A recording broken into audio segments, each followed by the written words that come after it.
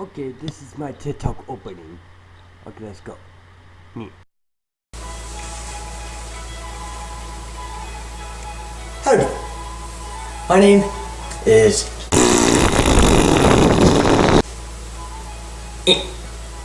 This is my name. Okay, let's begin. Now listen to this. Deb, by the way, is a lady who allowed my dad's side of the family to move into America, which is how my mom and dad met, which is a very cool part of my life, and very key point, but that's not important. This topic is explaining BeYbLaDeS.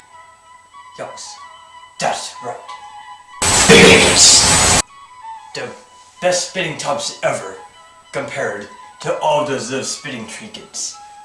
Draco spins, spit off to get bad. Anyways, at her house, I was talking to Deb, and my mom was talking to Deb about the show about Beyblades. So I wanted to show her my passion about it, and I decided to show her the anime. So I showed her. However, she wasn't really interested in Beyblades. But that's okay. Some people have an opinion where they're not really interested about it. Like how people are really interested in playing board games. So that's okay. But then, she declared her opinion that the anime is basically evil about a bunch of bad guys trying to fight every chance they get with violence.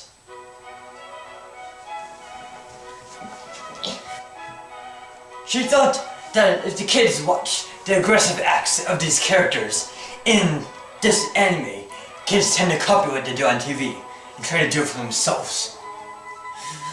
I'm triggered! I'm triggered. No.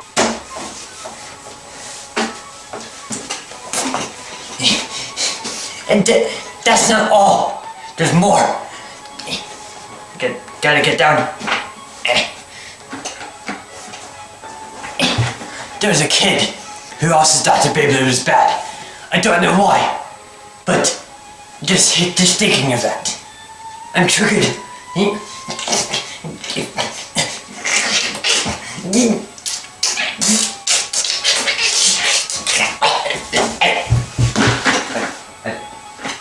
I died.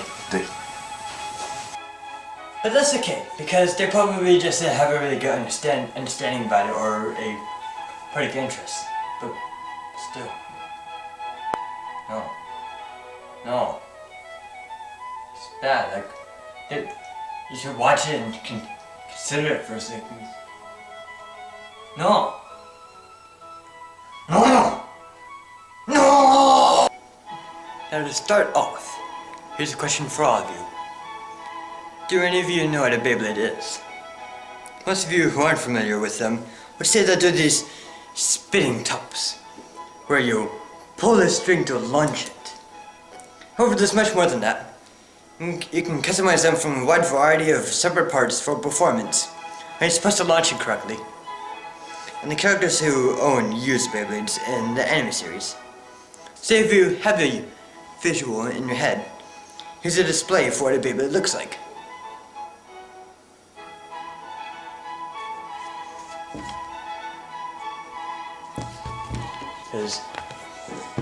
This Beyblade is from a series called The Plastic Generation. The series that started it all. This is what inspired the future Beyblades that we know today. Now, after the Plastic series ended, the car Tommy has created a new generation. The Metal Saga. Yeah. Featuring a new design for how the Beyblades. Now when the Plastic series ended, Tommy has created a new generation, the Metal Saga. Featuring a new design, the car Tommy has made this point, whereas began the era, which created a competitive vibe but for Beyblade tournaments and Beyblade battles everywhere around the world. On to the next generation.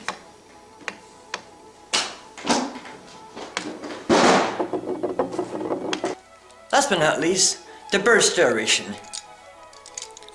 Now, with this series, it came with a revolutionary new feature. The Beyblades can burst apart, as you can see here.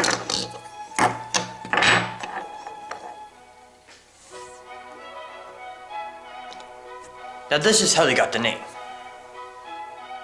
This again, the Company has made new designs for this new brand of Beyblades. And the way that they changed it is how they can be put together. Now, people can now simply just put them together just by clicking them together or sliding the layer and the force disc onto each other to lock them in place.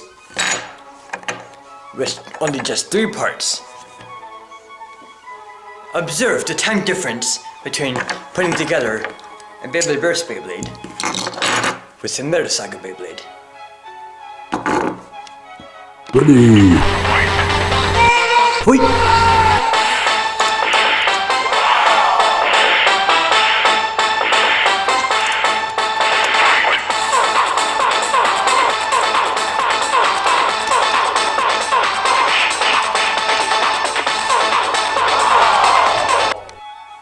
Now with those aside, I apologize for rambling on about that topic.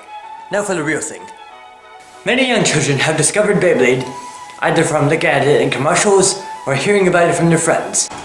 The anime contains a touch of fantasy added to the Beyblades to ramp up the kids' likability for Beyblades. From the parents' perspective, they never heard of it based on my experience of asking them about the toy. Some parents will claim they heard it from the kids about what Beyblades were like to them. According to the reviews on the TV series, Beyblade Meta Fusion / Master / Fury and Beyblade Burst, lots of adults are contented with the fact that it's impossible to find language or suggestive content in the anime. Instead, they find out that the characters in the cartoon work together to team up and compete against each other bladers around the world. It tells a story about how each character goes friendship bonds and becomes rivals with the other bladers. Now onto the part where the small group of adults think Beyblade contains a lot of violence. I'll show you what my mom's view of Beyblade seems like. In the form of a skit. Except that this isn't from my mom's perspective. It's just weird reasons. Skip time, let's go!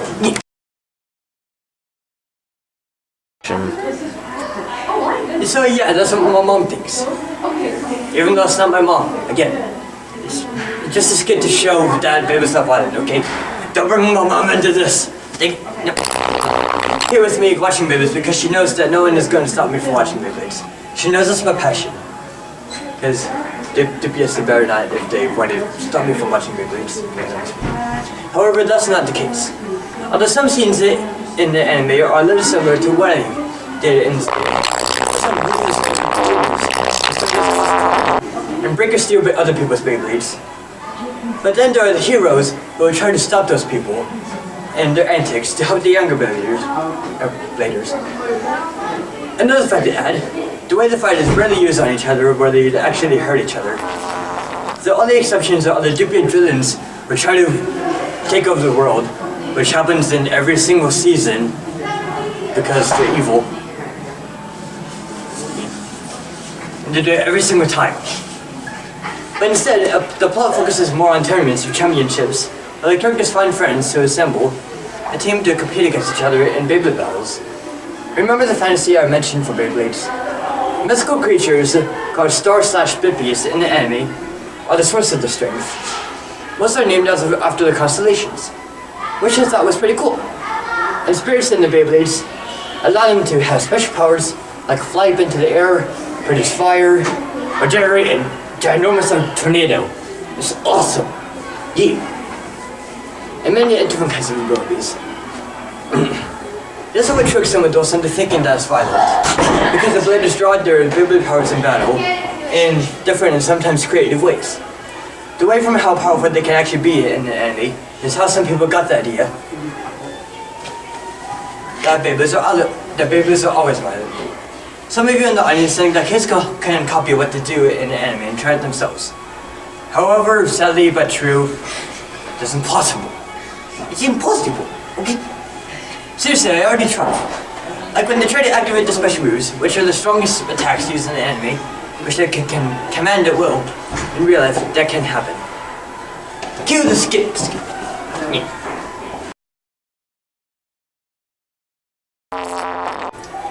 So you see what I mean? It's actually really hard to perform special moves in the anime in real life. That would be awesome though.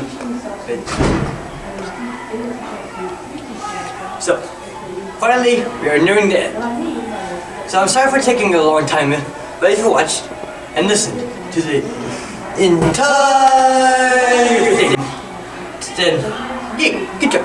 So, lastly, Beyblades were originally invented by Okey and began in 1999. When they were first invented, they had the idea of spinning tops colliding with each other in the form of battling. As years went by, new ideas were added to make Beyblades the best toys to ever bring to school. So if you bring Beyblades to school, they can't just cool kid. Beyblades are awesome. Because, and now many kids, big and small, love playing with their friends and their Beyblades, trying out different matchups and having fun customizing. Before I go, here's a question for all of you Beyblade haters.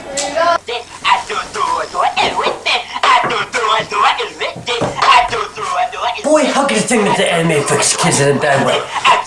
Impossible to copy from them. Seriously.